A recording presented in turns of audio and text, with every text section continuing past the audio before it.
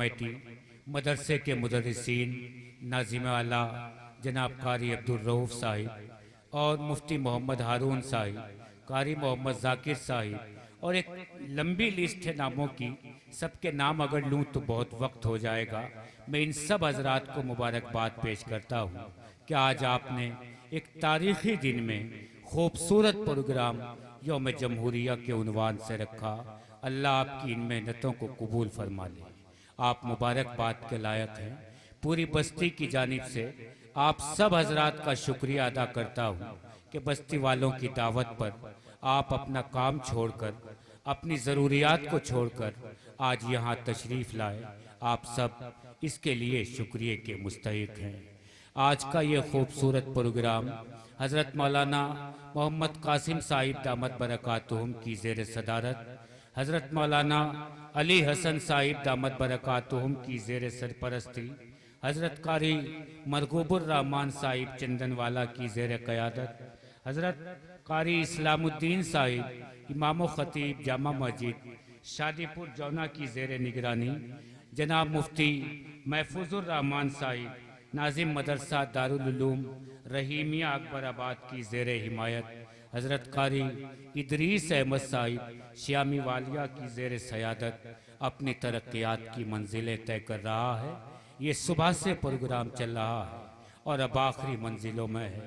اب وقت اجازت نہیں دیتا کیونکہ عصر کا وقت بہت قریب ہے۔ بغیر کسی تمہید کے، بغیر کسی تمہید اور تاخیر کے، میں بڑے ادب سے، اس احترام سے جو دل کی گہرائیوں سے طلوع ہوتا ہے، ان چار مصروں کے ساتھ کہ یہ الگ بات کہ خاموش کھڑے رہتے ہیں، پھر بھی جو لوگ بڑے ہیں وہ بڑے رہتے ہیں، ایسے درویشوں سے ملتا ہے ان کا شجرہ جن کے قدموں پہ کئی تاج پڑے رہتے ہیں۔ میں گزارش کر رہا ہوں استاذ العلماء، نمونہ اسلاف، ولی کامل حضرت مولانا محمد سلمان صاحب بجنوری دامت برکاتہم، استاذ فقہ و ادب دارالعلوم دیوبند خلیفہ و مجاز حضرت مولانا پیر شامل کروں گا۔ اس وقت منتظمین کا حکم ہے کہ میں حضرت والا سے گزارش کروں۔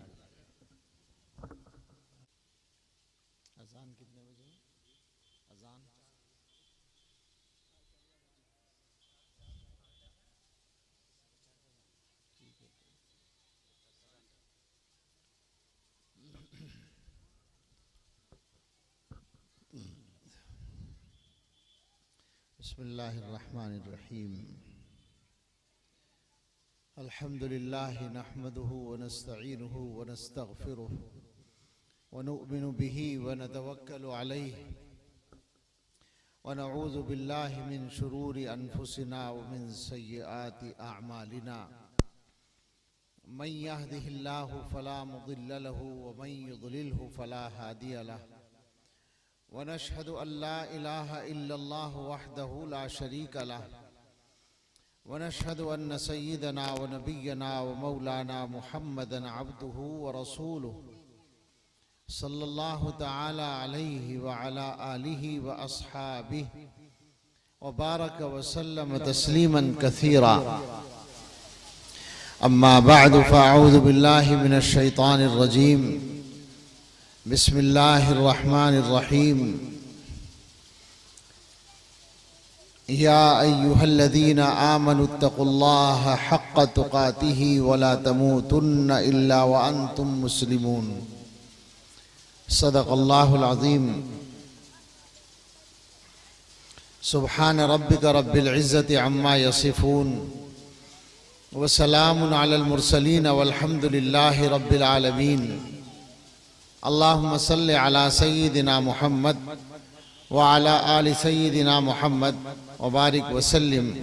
اللہم صلی علی سیدنا محمد وعلی آل سیدنا محمد وبارک وسلم. اللہم صلی علی سیدنا محمد وعلی آل سیدنا محمد وبارک وسلم.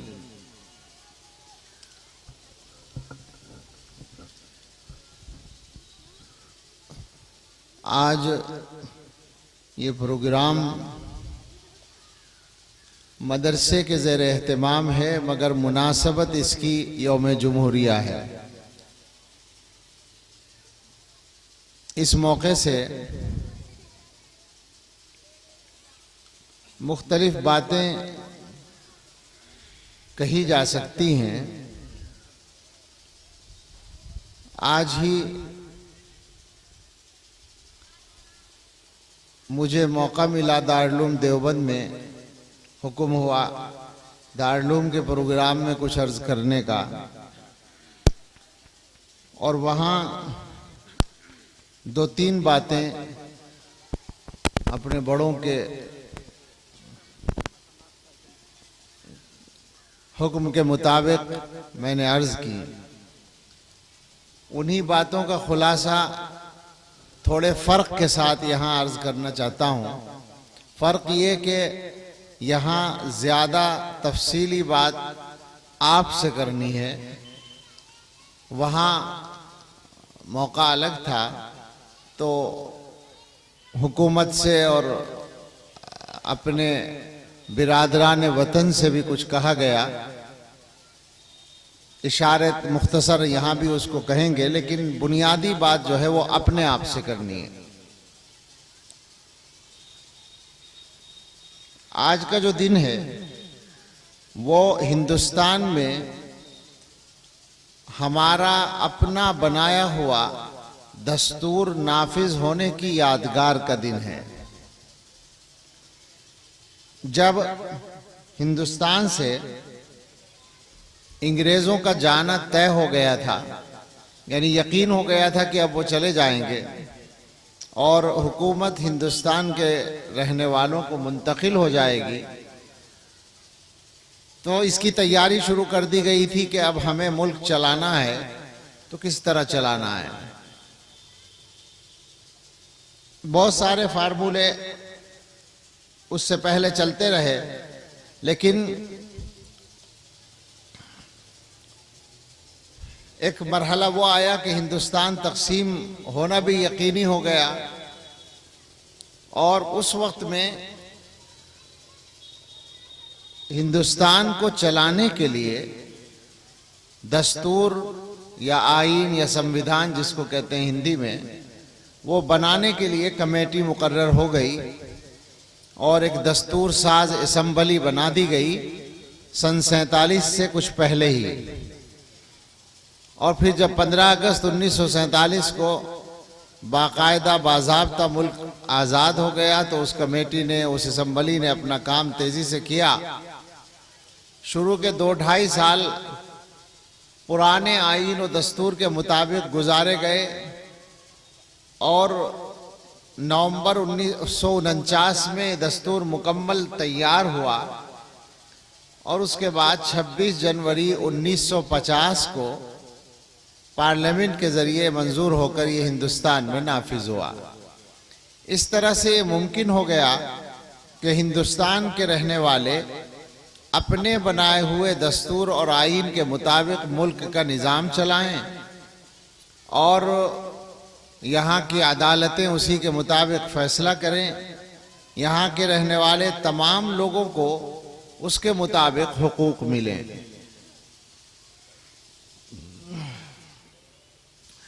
اس آئین میں، اس دستور میں جو بنیادی حقوق یا تمہید کی جو سطور ہیں اور بنیادی حقوق کے جو صفحات ہیں، وہ اس بات کی گارنٹی دیتے ہیں کہ ہندوستان میں رہنے والے تمام لوگوں کو برابری کے حق حاصل ہوں گے تمام معاملات میں۔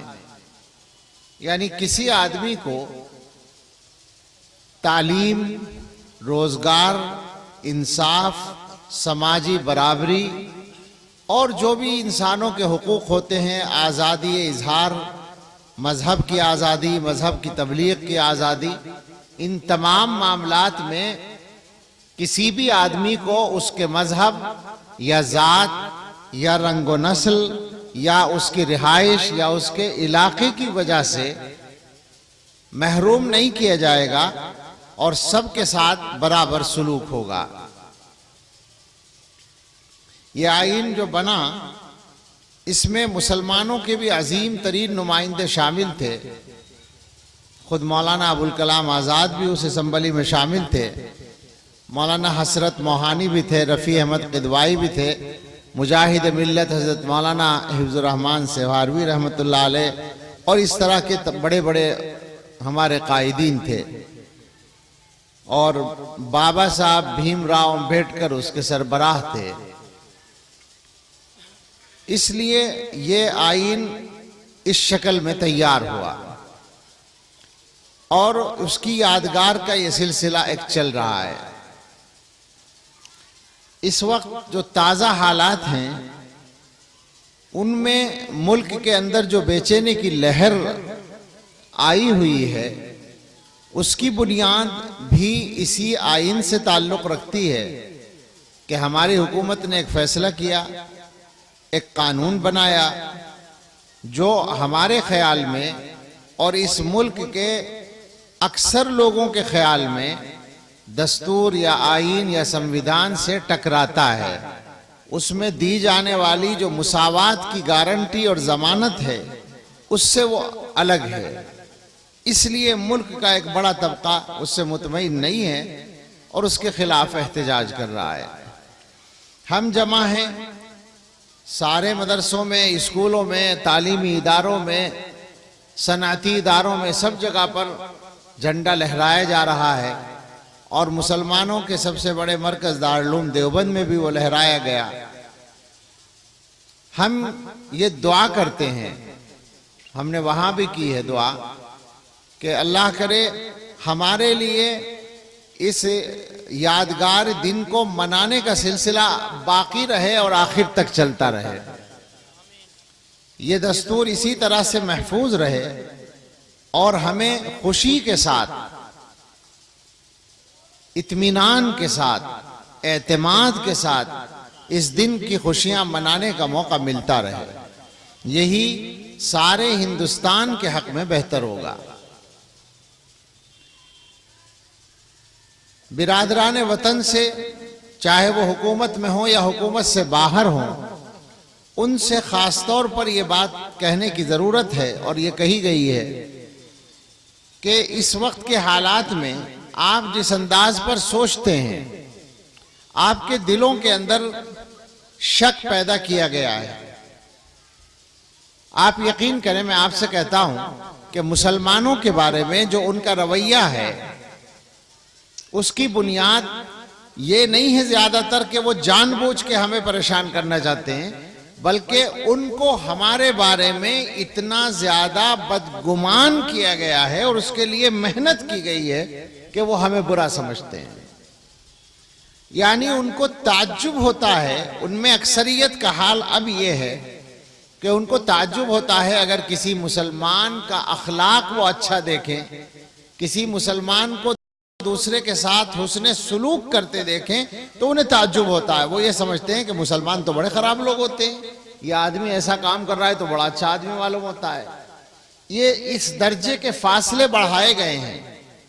ہم اپنے بھائیوں سے کہتے ہیں، ہندو بھائیوں سے، دوسرے مذہب والوں سے کہتے ہیں کہ آپ دو کام کریں، ایک تو خود ہمیں اپنی آنکھ سے دیکھیں، دوسروں کی آنکھوں سے نہ دیکھیں، اور دوسرے ہماری تاریخ بھی ہندوستانی کے طور پر پڑھیں، انگریزوں کے ترجمان یا ان کے مقلد کے طور پر نہ پڑھیں۔ جو ہوا ہے وہ یہ ہے، جو سب سے بڑا فساد ہوا ہے، سب سے بڑی خرابی آئی ہے، وہ یہ ہے کہ انگریزوں نے جب یہ محسوس کر لیا کہ ہمیں یہاں زیادہ دن رہنا مشکل ہوگا، تو انہوں نے ایک کام تو پہلے ہی سے انہوں نے کیا تھا، چونکہ وہ باہر سے آئے تھے اور انہوں نے حکومت ہم سے لی تھی۔ اس ملک کے اندر 1000 برس کے قریب 700-800 سال ہم نے حکومت کی ہے، اور انگریزوں نے آ کر حکومت ہم سے چھینی تھی۔ تو ان کو دو چیزوں کا ڈر تھا، ایک تو یہ کہ مسلمان اپنی حکومت واپس لینے کے لیے محنت کریں گے، کوشش کریں گے، چنانچہ کی تھی ہم نے، اور دوسرے یہ ڈر تھا کہ اگر مسلمانوں اور ہندوؤں کے درمیان اتحاد باقی رہا تو یہ ہمارے لیے مصیبت بنیں گے۔ تو پہلے ہی دن سے اس پر وہ کام کرتے تھے، اور جب ان کو یہ یقین ہو گیا کہ ہم اب یہاں زیادہ دن نہیں رہ پائیں گے، تو انہوں نے اپنا کام تیز کر دیا تھا، اور وہ کام وہ تھا جو مشہور ایک جملہ چلتا ہے کہ ڈیوائڈ اینڈ رول، لڑاؤ اور حکومت کرو، تقسیم کرو اور حکومت کرو، یہ ان کا کام تھا۔ وہ باہر کے آئے ہوئے تھے اور چھوٹی سی اقلیت تھی، تھوڑی سی تعداد تھی، تو ان کو اپنی حکومت چلانے کے لیے یہی نسخہ سمجھ میں آیا کہ ہندوستان کے اندر ہندوؤں اور مسلمانوں کے درمیان دوری پیدا کی جائے تاکہ ہماری حکومت چلتی رہے۔ تو ہم اپنے ہندو بھائیوں سے کہتے ہیں کہ تاریخیں انگریزوں نے لکھوائی ہیں، بنائی ہیں، گھڑی ہیں، جھوٹ گھڑا ہے تاریخ کے نام پر، اور آپ کو بدگمان کیا ہے۔ مسلمانوں کی حکومتوں کے بارے میں، مسلمانوں کے بادشاہوں کے بارے میں، مسلمانوں کے عام لوگوں کے بارے میں اتنا زیادہ جھوٹ پھیلایا گیا ہے کہ اس کی صفائی میں بہت دن لگ جائیں گے۔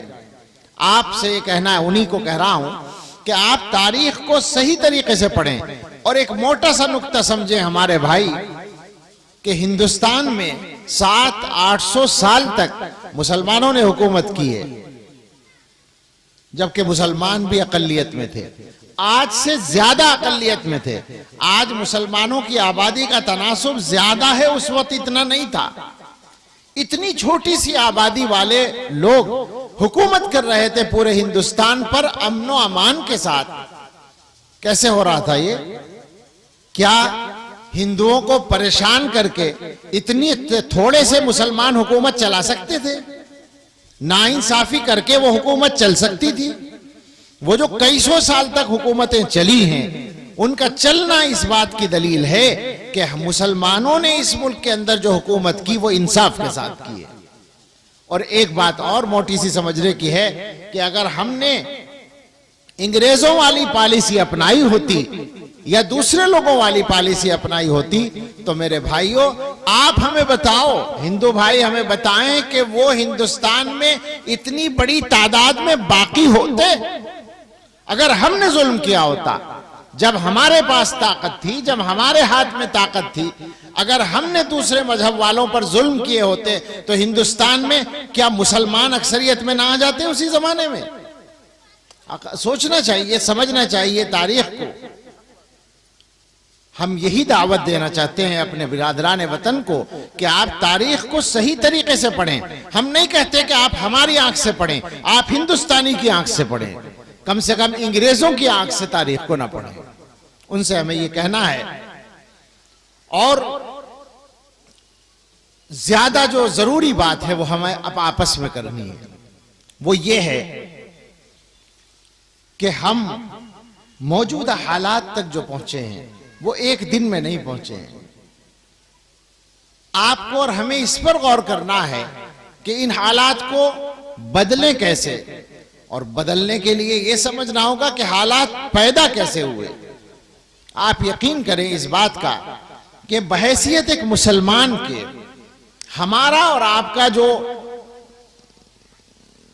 گویا دنیا کے اندر رہنے کا، جینے کا، آگے بڑھنے کا، ترقی کرنے کا قانون ہے اللہ تعالیٰ کی طرف سے، وہ دوسری قوموں سے بالکل الگ ہے۔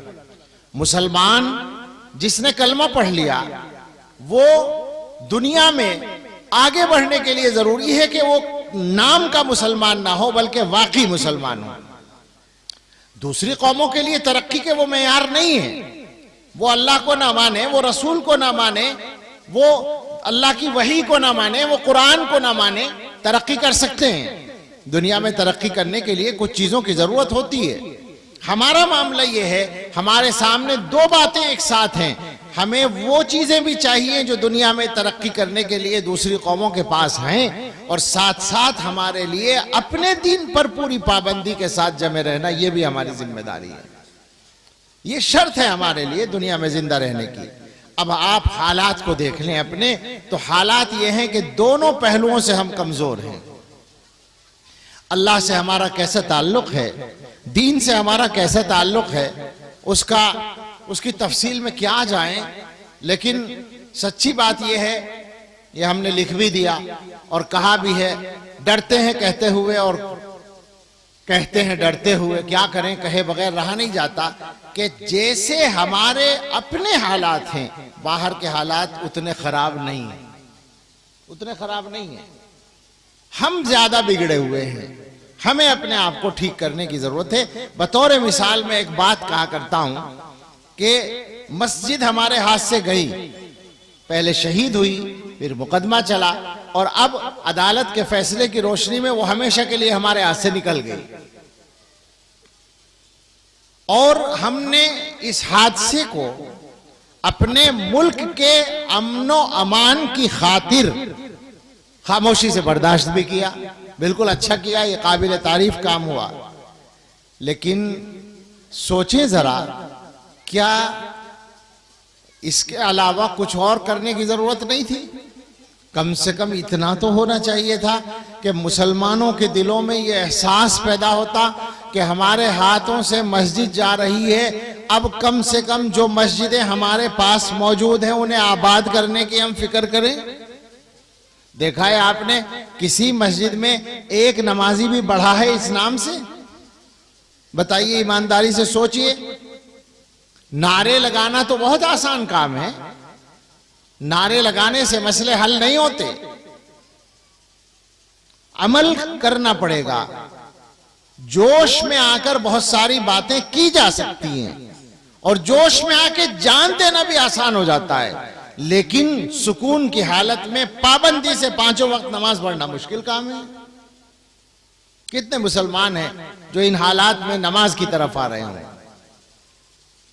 اور اس کے علاوہ اور جو ذاتی معاملات اور حالات ہیں ان کا عالم آپ سوچ سکتے ہیں۔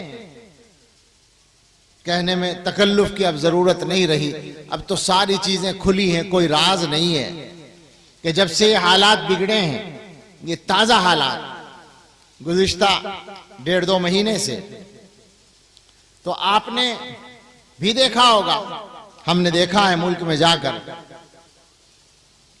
کہ مسلمانوں میں شرم آتی ہے کہتے ہوئے، لیکن کیا کریں، مخبروں کی تعداد بڑھ گئی ہے۔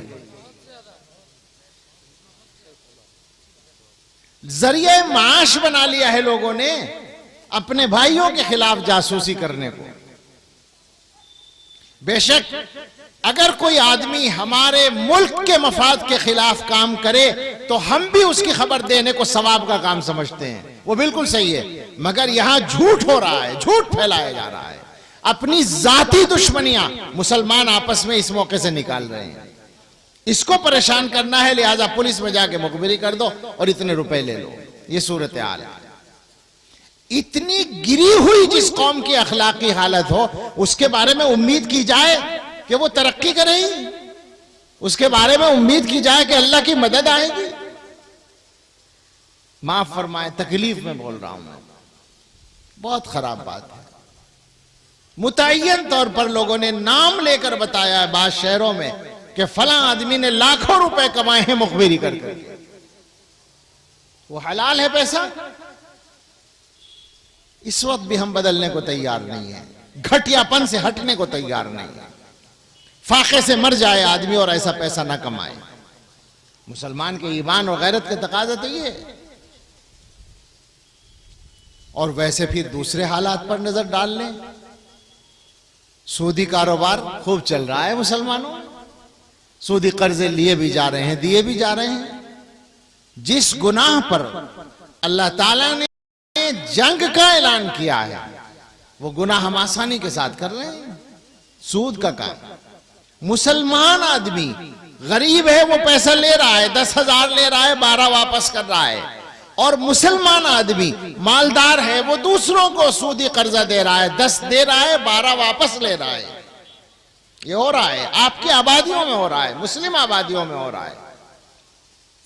اس درجے جب گراوٹ ہو تو آخر کیا امید کی جائے؟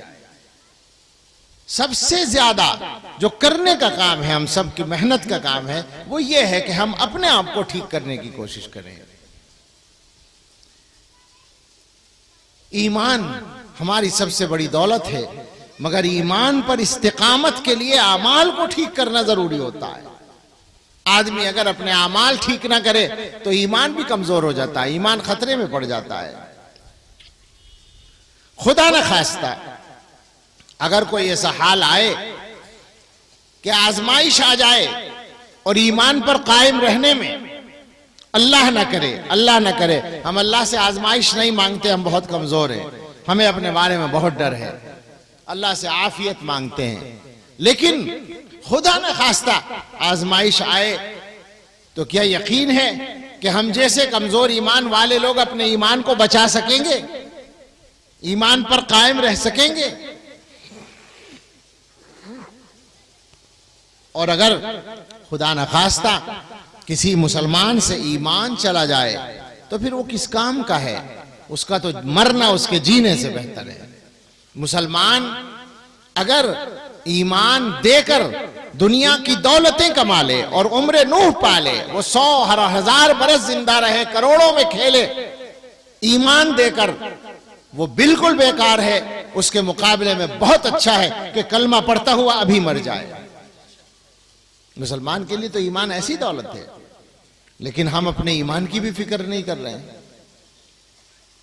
اور یہی وجہ ہے چونکہ ہمارے اپنے اندر کمزوری ہے، اس لیے ہم حالات سے گھبراتے بھی ہیں اور مایوس بھی ہوتے ہیں۔ اس وقت موجودہ حالات میں ہم ڈرے ہوئے ہیں، ڈرانے کی کوشش ہو رہی ہے، معلوم ہے ہمیں یہ بات صحیح ہے، ڈرایا جا رہا ہے، خوف پیدا کیا جا رہا ہے، اور اس کے نتیجے میں مایوسی بھی پیدا ہو رہی ہے۔ لیکن غور کریں آپ، مایوسی کا مطلب کیا ہے؟ آخر ڈرنے کا مطلب کیا ہے؟ ڈرے وہ جو کوئی جرم کرے، ڈرے وہ جو ملک کے خلاف کام کرے۔ میں نے عرض کیا آج ہی دیوبند میں کہ ہماری زندگی کھلی کتاب ہے، ہمارے مدرسوں کے دروازے کھلے ہوئے ہیں، 80% مدرسوں میں تو چہار دیواری بھی نہیں ہے، دنیا میں کوئی بھی آ جائے ہمارے مدرسوں میں، ہمارے گھروں میں آ جائے، ہمارا کوئی خفیہ ایجنڈا نہیں ہے، ہماری کوئی خفیہ میٹنگیں نہیں ہیں، ہم مسلمانوں کی زندگی کھلی کتاب ہے۔ اس تعلق سے ہمیں ڈرنے کی ضرورت کیا ہے؟ اور آپ یقین کریں کہ یہ وہ بھی جانتے ہیں، ان کو بھی پتا ہے کہ ہمارے یہاں کیا ہوتا ہے۔ یوں کہنے کے لیے، الزام لگانے کے لیے، پروپیگنڈا کرنے کے لیے، سیاسی فائدوں کے لیے بہت سی باتیں کی جاتی ہیں، وہ تو دنیا کے آج کل کے کھیل ہیں جو سب چلتے ہیں، لیکن جو سچائی ہے، جو حقیقت ہے، جو واقعہ ہے، وہ سب جانتے ہیں۔ تو ڈرے وہ جو غلط کام کرے، ڈرے وہ جو جرم کرے، ڈرے وہ جو ملک کو نقصان پہنچائے۔ ہمیں ڈرنے کی کیا ضرورت ہے؟ ہم آخر کیوں ڈریں؟ ہم تو یہیں کے رہنے والے ہیں۔ ہم کیوں ڈریں؟ ہم نے اس ملک کو حاصل کرنے کے لیے قربانیاں کسی سے کم نہیں دی ہیں، سب سے زیادہ دی ہیں۔ ہماری آبادی ملک کے اندر کم ہے، لیکن قربانیوں کا تناسب ہمارا زیادہ ہے۔ ہم نے دوسروں کے پسینے کی جگہ خون بہایا ہے۔ یہ دنیا جانتی ہے کہ مسلمان کے لیے خون بہانا کوئی مسئلہ نہیں ہوتا۔ مسلمان کا یہ ایمان بہت پکا ہوتا ہے کہ موت اپنے وقت پر آئے گی، ایک ہی بار آئے گی، 2 بار نہیں آئے گی۔ جب آنا ہوگا بستر پہ بھی آ جائے گی، نہیں آنا ہوگا تو بندوق کے سامنے بھی نہیں آئے گی۔ یہ ایمان ہے ہمارا، تو ہمیں مرنے ورنے سے ڈر نہیں لگتا۔ تو ہم نے پوری جنگ آزادی میں اپنی جانیں قربان کی ہیں، اپنے خون بہائے ہیں۔ ہم اپنے بھائیوں سے کہنا چاہتے ہیں کہ تاریخ پڑھو،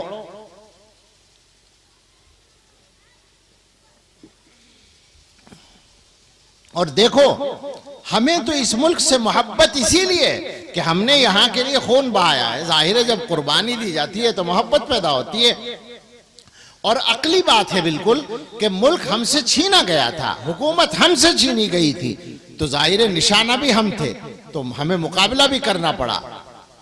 میں نے عرض کیا وہاں پر کہ عام طور پر دنیا جانتی ہے کہ جنگ آزادی جو شروع ہوئی وہ 1857 میں جب مغلیہ سلطنت کا خاتمہ ہوا دلی سے، اس وقت شروع ہوئی ہے۔ یہ صحیح ہے، مرکزی طور پر وہاں سے شروع ہوئی، لیکن انگریزوں سے لڑنے کا، ان کا مقابلہ کرنے کا سلسلہ تو اس سے 100 برس پہلے سے چل رہا تھا۔ بنگال کے علاقوں میں انگریزوں نے سب سے پہلے قدم جمائے تھے، اور وہاں نواب سراج الدولہ کے نانا علی وردی خان نے 1754 میں انگریزوں سے سب سے پہلی جنگ لڑی تھی، اور اس کے بعد 1757 میں پلاسی کے میدان میں سراج الدولہ رحمت اللہ علیہ نے انگریزوں کے مقابلے میں جام شہادت نوش کیا تھا، اور اس کے بعد 1799 میں سلطان ٹیپو رحمت اللہ علیہ شہید ہوئے تھے، پھر 1804 میں حضرت سید احمد شہید اور شاہ اسماعیل شہید رحمت اللہ علیہما نے بالاکوٹ کے میدان میں شہادت حاصل کی تھی۔ 1804 میں شاہ عبدالعزیز نے فتویٰ دیا تھا، 1833 میں ان حضرات نے جہاد کیا تھا، اور اس کے بعد پھر 1857 میں میرٹھ سے تحریک آزادی شروع ہوئی، اور ہمارے بوڑھے بادشاہ نے اس جنگ کی قیادت کی اور اپنا بڑھاپا خراب کرایا انگریزوں کے ہاتھوں، جلا وطن ہو کر قسم پرسی کی زندگی رنگون میں گزاری اور جلا وطنی کے عالم میں وہاں انتقال ہوا۔ اور اسی زمانے میں نے آج کہا کہ وہ تو ہمارا سیاسی اور ظاہری بادشاہ تھا، ہمارے باطنی دنیا کے بادشاہ حاجی امداد اللہ مہاجر مکی اور ان کی قیادت میں حضرت نانوتوی، حضرت گنگوہی، حافظ امین شہید اور دوسرے بزرگوں نے شاملی کے میدان میں انگریزوں سے سامنے مقابلہ کیا تھا، انگریزی کی فوج سے آمنے سامنے جنگ لڑی تھی۔ یہ ہمارا کردار چلا تھا، اور اس کے بعد پھر وہ سلسلہ ہے جو بڑھتے بڑھتے شیخ الہند کی شخصیت کی شکل میں ساری دنیا میں شہرت پا گیا۔ ہمارا سب سے بڑا آدمی، سب سے بڑا عالم، سب سے بڑا اپنے وقت کا انسان، وہ 70 سال کی عمر میں جیل میں 4 سال گزار کر آیا۔ وہ ایک پوری تاریخ ہے، میں اس میں نہیں جانا چاہتا، وہ داستان ہے۔ عرض یہ کرنا ہے کہ بڑے ہوں یا چھوٹے ہوں، غریب ہوں یا مالدار ہوں، سب نے، نوابوں نے اور عام غریب انسانوں نے، چھوٹے چھوٹے بچوں نے، مردوں نے، عورتوں نے اپنے خون بہائے ہیں اس ملک کے لیے۔ تو اس لیے ہمیں یہاں سے محبت بھی ہے، اور ہمیں یہاں الحمدللہ کوئی ڈر نہیں لگتا، کوئی ڈر نہیں لگتا۔ میں ایک بات میری زبان پر آ رہی ہے، دل میں آ رہی ہے، آج تک میں نے کہیں کہی نہیں ہے، اللہ کرے یہ کہنے میں خیر ہو۔ میں اپنی حکومت سے اور دوسرے بھائیوں سے یہ کہوں گا کہ ہندوستان کے مسلمانوں کو برما کا مسلمان نہ سمجھا جائے اور چین کا مسلمان نہ سمجھا جائے۔ بالکل کان کھول کر سن لیں صفائی کے ساتھ۔ چین کے مسلمانوں کی تاریخ الگ ہے، وہ بھی ایک ظالمانہ قصہ ہے، ایک لمبا ہے، اور مسلمانوں کا، اور برما والا معاملہ بھی الگ ہے، لیکن ہندوستان کے مسلمان وہاں کے مسلمانوں کی طرح لقمہ تر نہ سمجھے جائیں۔ دو ہی باتیں ہو سکتی ہیں، یا تو ہم عزت کے ساتھ جئیں گے یا عزت کے ساتھ مریں گے، تیسرا راستہ ہمیں منظور نہیں ہے۔ یہ پکی بات ہے، اس کو ذہنوں میں رکھیں وہ اپنے۔ ہمیں کوئی پریشانی نہیں ہے، مرنے میں ہمیں کوئی پریشانی نہیں ہے، لیکن جینا ہے تو ہمیں عزت کے ساتھ جینا ہے۔ جینا ہے تو نمبر 1 کا شہری بن کر جینا ہے، 2 نمبر میں ہم جانے کے لیے تیار نہیں ہے۔ یہ خواب آپ کا شرمندہ تعبیر نہیں ہوگا۔ مسلمان اپنے دلوں سے مایوسی نکالیں اور اپنے حالات کو ٹھیک کریں، اپنے کردار کو بدلیں، اپنے گھروں کے معاملات کو ٹھیک کریں، اپنے پڑوسیوں سے اپنے اختلاف کو ختم کریں۔ کرنے کے کام یہ ہیں، ہمارے کرنے کے کام یہ نہیں ہے کہ ہم نعرے لگا کر گھر جا بیٹھیں۔ وہ جو 24 گھنٹے کی ہماری زندگی ہے اس کو ٹھیک کریں۔ پڑوسی کے ساتھ ہمارا پرنالے کا جھگڑا ہے، راستے کا جھگڑا ہے، کھیت کی مینڈ کا جھگڑا ہے، کھیت کی نالی کا جھگڑا ہے، اور اس پر لڑائیاں اور مقدمے چل رہے ہیں، ختم کرو ان کو۔ میں آپ سے کہتا ہوں، جتنے لوگ یہاں بیٹھے ہیں، اگر اس طرح کے جھگڑے آپ کے یہاں موجود ہوں، ہر جگہ ہوتے ہیں، تو سب دل میں ارادہ کر لیں کہ ہمیں ان کو ختم کرنا ہے۔ کیا خیال ہے؟ کریں گے بھائی؟ آج ہی بس طے کر لیں۔ زیادہ سے زیادہ کیا ہوگا؟ اپنا حق چھوڑنا پڑے گا، اس سے زیادہ تو کچھ نہیں ہوگا نا، مر تو نہیں جائیں گے۔ یعنی مثلا آپ یہ سمجھتے ہیں کہ یہ آدھا فٹ جگہ میری ہے، بھئی اتنے ہی پہ ہوتے ہیں جھگڑے؟ 1 فٹ کی جگہ میں نے کہیں نہیں دیکھی جس پہ جھگڑا ہو رہا ہو، وہ تو کھلی ہوتی ہے، پتہ ہوتا ہے۔ جھگڑا جو ہوتا ہے وہ تھوڑی سی جگہ پہ ہوتا ہے، وہ کہتا ہے میری ہے، وہ کہتا ہے میری ہے، اور اسی پہ مقدمے چلتے ہیں اور لڑائیاں ہوتی ہیں۔ تو اگر آپ یہ آدھی فٹ جگہ چھوڑ دیں گے تو مجھے یقین ہے آپ کی قبر جو ہے وہ کشادہ ہو جائے گی، اور اگر دوسرے کی آپ کی طرف آ جائے گی تو آپ کی قبر تنگ ہو جائے گی، اور قیامت میں دوسرے کی جگہ دبانے کا جو گناہ ملے گا اس کو تو برداشت کرنے کی کسی میں ہمت اور طاقت ہی نہیں ہے۔ طے کر لو، اپنا حق چھوڑنے کے لیے اگر تیار ہو جاؤ تو آج ہی اختلاف ختم ہو جائے گا نا۔ دونوں آدمی یہی سوچیں کہ میرا اگر حق ہے تو میں چھوڑتا ہوں، تو دوسرا کیا کرے گا کہ بھائی نہیں تو اپنا لے میں اپنا لوں گا، وہیں بات ختم ہو جائے گی۔ دونوں کو اپنا حق مل جائے گا۔ ایک قصہ مجھے یاد آیا اسی سلسلے کا، جھگڑا تھا جائیداد کا، اور وہ بڑی جائیداد کا جھگڑا تھا۔ ایک آدمی کی جائیداد تھی، اس کے خاندان کے لوگ اس پہ قبضہ کیے ہوئے تھے، سینکڑوں بیگھے کی غالباً بات تھی، کروڑوں کی جائیداد۔ ہمارے ایک عزیز ہیں، ان کا جانا ہوا وہاں، ان کو سمجھانے لگے کہ بھائی کیوں پریشان ہیں اتنا زیادہ؟ کہنے لگے نہیں مولانا، کروڑوں کی جائیداد کا مسئلہ ہے۔ بات تو ٹھیک ہے۔ انہوں نے کہا ایک بات بتائیے، آپ کے پاس اس کے علاوہ بھی جائیداد ہے یا نہیں؟ کہا بہت ہے اللہ کی دی ہوئی، کوئی پریشانی تو نہیں؟ کہا نہیں پریشانی کچھ نہیں ہے، کوئی پریشانی نہیں ہے، بہت آمدنی ہے، بہت زمین ہے، بس یہ کہ میری وہ زمین انہوں نے دبا رکھی ہے۔ تو ان صاحب نے کہا مولانا نے کہ ایسا کریں آپ یہ بتائیے کہ آخرت کی بھی کچھ تیاری کر رکھی یا کچھ گڑبڑ ہے؟ آخرت کا کام ٹھیک ہے یا کچھ؟ کہنے لگے جی وہ تو کچھ بھی تیاری نہیں ہے، وہاں کا تو کچھ ہے ہی نہیں معاملہ۔ کہا تو پھر آخرت میں تو ضرورت پڑے گی نا کچھ نیکیوں کی؟ کہنے لگے ہاں پڑے گی بالکل۔ کہ تو پھر ایسا کرو نا، یہاں چھوڑ دو وہاں لے لیجو۔ انہوں نے کہا بھائی اس طرح کسی نے نہیں سمجھایا آج تک، بالکل سمجھ میں آ گئی بات، اب میں لڑوں گا نہیں۔ تو جھگڑے ختم کیجئے، پڑوسیوں سے جھگڑے ہیں، خامخواہ کے جھگڑے، زیادہ تر جھگڑے باتوں کے ہیں۔ یہ جو چھوٹی سی زبان ہم چلاتے ہیں، زیادہ تر جھگڑے اس کے ہیں۔ بیویوں سے جھگڑے ہیں، شوہروں سے جھگڑے ہیں، بے وجہ کے اپنے غصے کے جھگڑے ہیں، بے وجہ کی خاصابی کے جھگڑے ہیں، ناک پر مکھی نہیں بیٹھنے دینی ہے بس اس کے جھگڑے ہیں، اپنی توہین سمجھنے کے جھگڑے ہیں۔ مسلمان بن جاؤ، اللہ کے بندے بن جاؤ، کہیں کوئی پریشانی نہیں رہے گی، سب ایک دوسرے کی عزت کرنے والے ہو جائیں گے۔ تو آپس کے جھگڑوں کو ختم کیجئے، اور اپنے بھائی کے خلاف کبھی استعمال مت ہوئیے۔ یہ بے ایمانی کی بات ہے، یہ ایمان کے کمزور ہونے کی علامت ہے کہ ایک مسلمان اپنے دوسرے بھائی کے خلاف استعمال ہو۔ یہ خطرناک بات ہے، بہت خراب بات ہے، بہت بری بات ہے۔ اور جب ہم اپنے حالات کو اس طرح ٹھیک کریں گے تو دوسروں کے ساتھ بھی ہمارے معاملات ٹھیک ہوں گے۔ میں نے جو بات کہی تھی کہ دوسروں کو ہمارے بارے میں بہت زیادہ بدگمان کیا گیا ہے، وہ واقعی یہ سمجھتے ہیں، ان کی اکثریت یہ سمجھتی ہے کہ یہ خراب لوگ ہوتے ہیں۔ ہم تو یہ سمجھ رہے ہیں کہ ہم بالکل ٹھیک ہیں، یہ دھوکہ دے رہے ہیں، یہ ظلم کر رہے ہیں، یہ غلط کر رہے ہیں۔ ایسا نہیں ہے، ان کو پتہ ہی نہیں کہ آپ ٹھیک ہیں۔ آپ ثابت کر کے تو دکھائیں۔ مگر ہو کیا رہا ہے کہ جب ہم ان کے ساتھ رہتے ہیں تو ان کو یہ تجربہ ہوتا ہے کہ جیسے سب جھوٹ بولتے ہیں مسلمان بھی جھوٹ بولتا ہے، جیسے سب دھوکہ دیتے ہیں مسلمان بھی دھوکہ دیتا ہے، جیسے سب سامان غلط بیچتے ہیں یہ بھی غلط بیچتا ہے، جیسے سب ناپ تول میں کمی کرتے ہیں مسلمان بھی یہ کمی کرتا ہے، اور صاحب سب شراب پیتے ہیں یہ مسلمان بھی شراب پیتا ہے، سب جوا کھیلتے ہیں یہ مسلمان بھی جوا کھیلتا ہے، سب لوگوں میں سے کچھ بدکاری کرتے ہیں، سب قوموں کے یہ مسلمانوں میں سے بھی کچھ لوگ یہ کام کرتے ہیں۔ ایمانداری سے بتائیے کوئی فرق ہے ان باتوں میں؟ مسلمان ہونے کی وجہ سے کسی آدمی کے بارے میں یہ اطمینان کیا جائے کہ یہ غلط کام نہیں کرے گا، ایسے حالات ہیں ہمارے؟ بس یہ اصل سی سوچنے کی بات ہے۔ بدلیں اپنے کردار کو۔ ہمارا حال اب یہ ہے کہ ہمارے ساتھ رہ کر آدمی ہم سے بدگمان ہوتا ہے، ہمارے دین سے بدگمان ہوتا ہے۔ اور ہمارے بڑوں کا حال کیا تھا؟ بار بار ہم نے یہ قصے سنائے ہیں لوگوں کو کہ چہرہ دیکھ کے لوگ مسلمان ہوتے تھے۔ علامہ انور شاہ کشمیری رحمۃ اللہ علیہ کا مشہور قصہ ہے، پنجاب میں مظفر گڑھ ایک اسٹیشن ہے، وہاں وہ بیٹھے ہوئے تھے اسٹیشن پر، اور شاید رات کا وقت تھا، بجلی نہیں تھی۔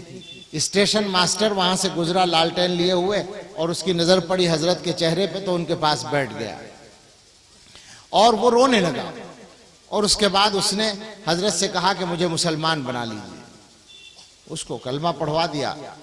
اس سے پوچھا گیا کہ کیا ہوا، ایسا کیوں کیا؟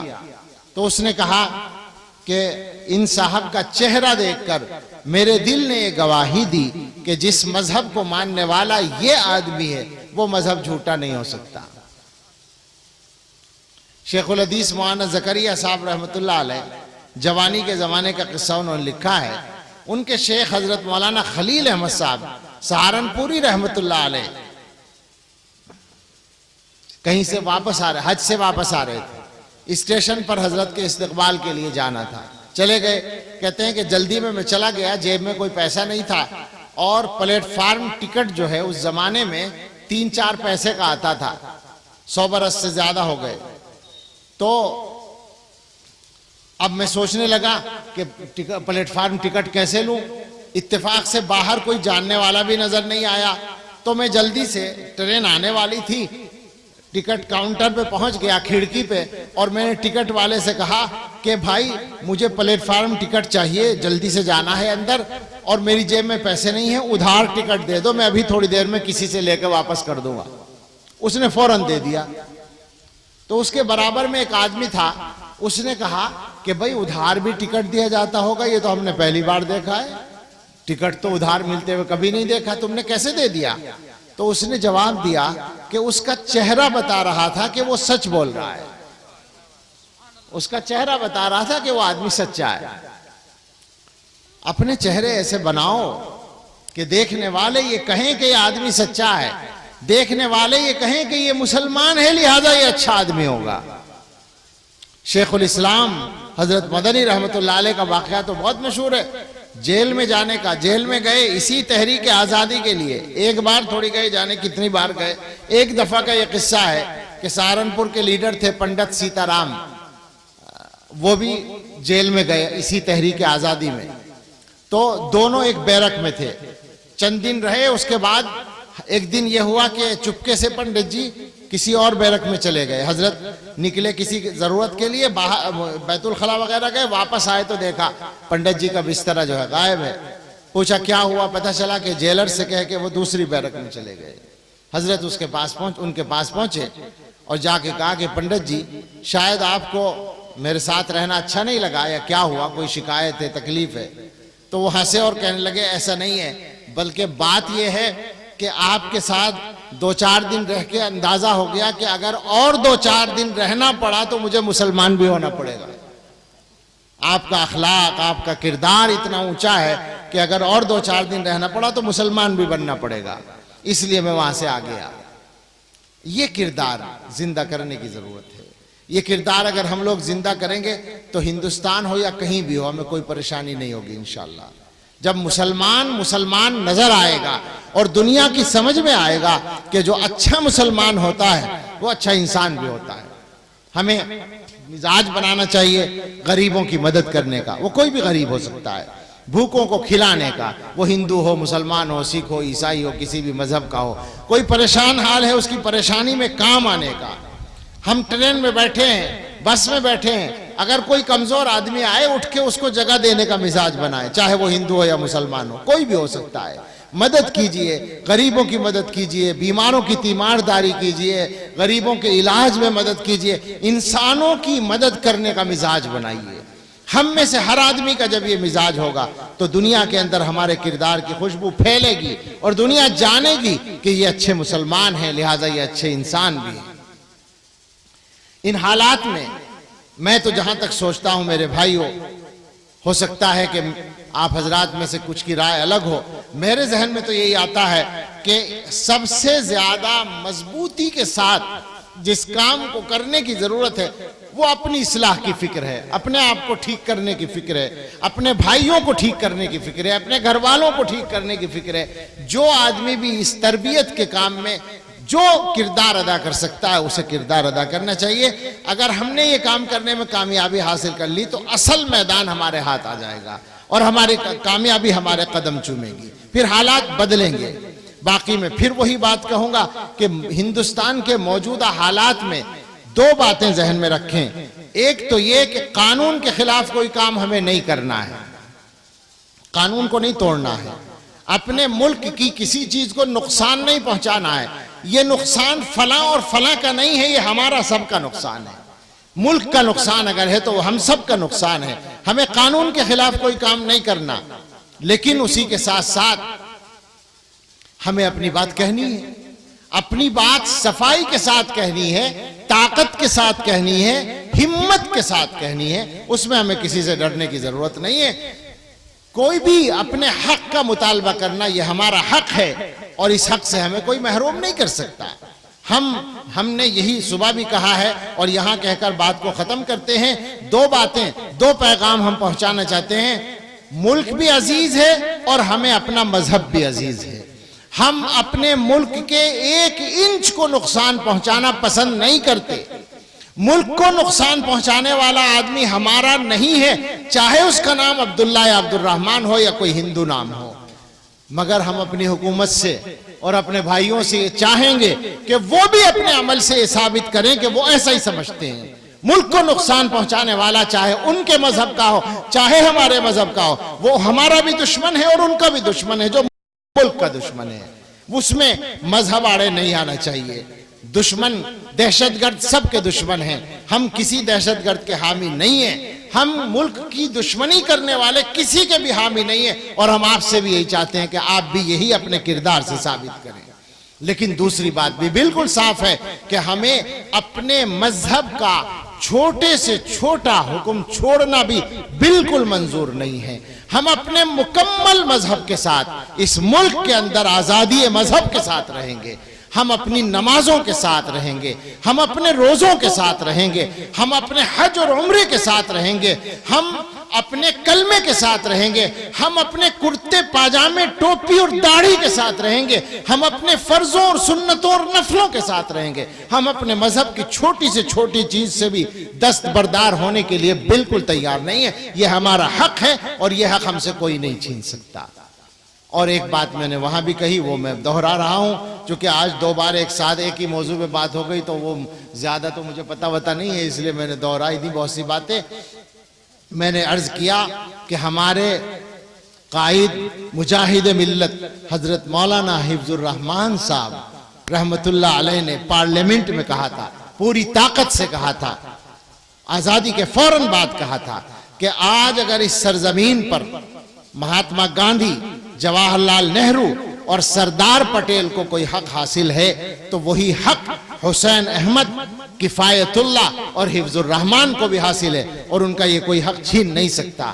میں ایک کمزور سا ادنا سا طالب علم، میں نے دارالعلوم دیوبند کے اسٹیج سے حضرت محتمم صاحب کی موجودگی میں یہ کہا کہ میں اسی مجاہد ملت کے انداز پر ان کی گویا اتباع میں کہتا ہوں کہ آج اگر اس سرزمین پر ہمارے وزیر اعظم نریندر مودی جی، ہمارے وزیر داخلہ امت شاہ اور RSS کے سربراہ موہن بھاگوت جی کو کوئی حق حاصل ہے تو وہی حق مولانا ارشد مدنی کو، مولانا محمود مدنی کو، مولانا ابوالقاسم نعمانی کو، مولانا رابع حسنی کو، مولانا ولی رحمانی کو، یہاں تک کہ اس کمزور بندے سلمان بجنوری کو اور کشمیر سے لے کر کنیا کماری تک رہنے ہر گاؤں کے اندر رہنے والے عبداللہ اور عبد الرحمن کو حاصل ہے اور اس حق کو کوئی چھین نہیں سکتا. اللہ ہمارے ملک کی حفاظت فرمائے. وآخر دعوانا الحمدللہ رب العالمین. حضرت دعا کرا دیں. ایک اعلان سن لیں، ابھی نماز کے بعد، دعا کے بعد نماز ہوگی. نماز کے بعد آپ تمام حضرات جو باہر سے تشریف لائے ہیں کھانا کھائیں گے، بغیر کھانے کے تشریف نہ لے جائیں. بستی والوں نے آپ کے لیے انتظام کیا ہے. بڑا نقصان ہوگا اگر آپ یوں ہی چلے گئے. نماز ہم آگے پڑھ لیں گے.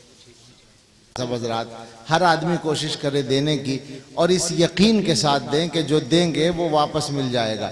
یعنی یہ روپے کی شکل میں مل جائے گا، ثواب تو وہاں لکھا ہی جائے گا، لیکن جو آپ دیں گے وہ بھی واپس ملے گا اللہ کی طرف سے. اس یقین کے ساتھ دیں. اب سوچ لیں کتنا دینا ہے، جتنا زیادہ ہو سکے دے دیں، واپس تو ملنا ہی ہے، یہاں بھی ملنا ہے اور ثواب بھی ملنا ہے انشاءاللہ. جناب محمد عثمان صاحب ابن جناب محمد حنیف صاحب شادی پور جونا 10,000 روپے انہوں نے مدرسے کو دیے ہیں. اللہ قبول فرمائے، اجر عظیم عطا فرمائے.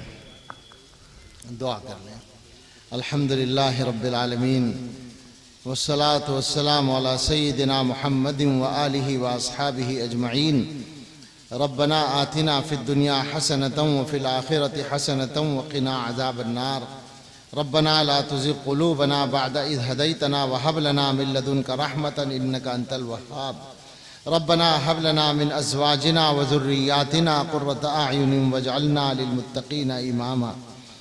اللهم أصلح لنا ديننا الذي هو عصمة أمرنا وأصلح لنا دنيانا التي فيها معاشنا وأصلح لنا آخرتنا التي فيها معادنا واجعل الحياة زيادة لنا في كل خير واجعل الموت راحة لنا من كل شر. اللهم آت نفوسنا تقواها وزكها أنت خير من زكاها أنت وليها ومولاها. اللهم إنا نسألك الهدى والتقى والعفاف والغنى. اللهم إنا نسألك فعل الخيرات وترك المنكرات وحب المساكين وأن تغفر لنا وترحمنا، وإذا أردت بقوم فتنة فتوفنا غير مفتونين. نسألك حبك وحب من يحبك وحب عمل يقرب إلى حبك. اللهم اجعل حبك أحب إلينا من أنفسنا وأهلنا ومن الماء البارد. اللهم إنك تسمع كلامنا وترى مكاننا وتعلم سرنا وعلانيتنا، لا يخفى عليك شيء من أمرنا، ونحن البؤساء الفقراء المستغيثون المستجيرون الوجلون المشفقون المقرون المعترفون بذنوبنا. نسألك مسألة المسكين، نبتهل إليك ابتهال المذنب الذليل، وندعوك دعاء الخائف الضرير، دعاء من خضعت لك رقبته وفاضت لك عبرته وذل لك جسمه ورغم لك أنفه. كن بنا رؤوفا رحيما يا خير المسؤولين ويا خير المعطين. كلنا جارا من شر خلقك أجمعين، أن يفرط علينا أحد منهم أو أن يطغى. عز جارك وتبارك اسمك، لا إله إلا أنت سبحانك. اللهم إنا نسألك الفوز في القضاء ونزل الشهداء وعيش السعداء ومرافقة الأنبياء والنصر على الأعداء، إنك سميع الدعاء. اللهم إنا نعوذ بك من جهد البلاء ودرك الشقاء وسوء القضاء وشماتة الأعداء. اے اللہ یہ ساری دعائیں ہمارے لیے، ہمارے اہل و عیال کے لیے اور اس امت کے ہر ہر فرد کے لیے قبول فرما لیجئے۔ اے اللہ ہمارے ملک میں امن و امان قائم فرما دیجئے۔ اے اللہ حکمرانوں کو صحیح طور سے انصاف کی توفیق دے دیجئے۔ اے اللہ ہمیں ظلم کا نشانہ بننے سے محفوظ رکھیے، ظالم بننے سے بھی محفوظ رکھیے، مظلوم بننے سے بھی محفوظ رکھیے۔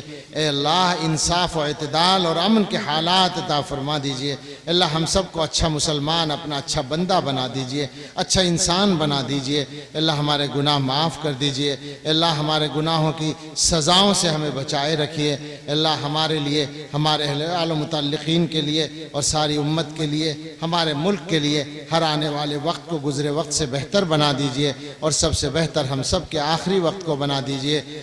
اے اللہ اس مدرسے کو ترقی عطا فرمائیے، یہاں کی ضروریات آسانی سے پوری فرمائیے۔ اس بستی پر، اس مدرسے پر، اس پورے جلسے پر ہم سب پر اپنی خاص رحمت کی ایک نظر ڈال دیجئے۔ اے اللہ ہم سب کے کام بنا دیجئے، کام بگڑنے سے ہمیں بچائے رکھیے، آسانی اور عافیت عطا فرمائیے، ہمارے کاموں میں آسانیاں دے دیجئے، رکاوٹیں اور دشواریاں دور فرما دیجئے۔ اے اللہ ہم سب کے دلوں کی جائز مرادیں پوری کر دیجئے، بیماریوں سے شفا دے دیجئے، قرضوں سے نجات دے دیجئے، اولادوں کے سلسلے میں جو نیک تمنائیں ہیں وہ پوری فرما دیجئے۔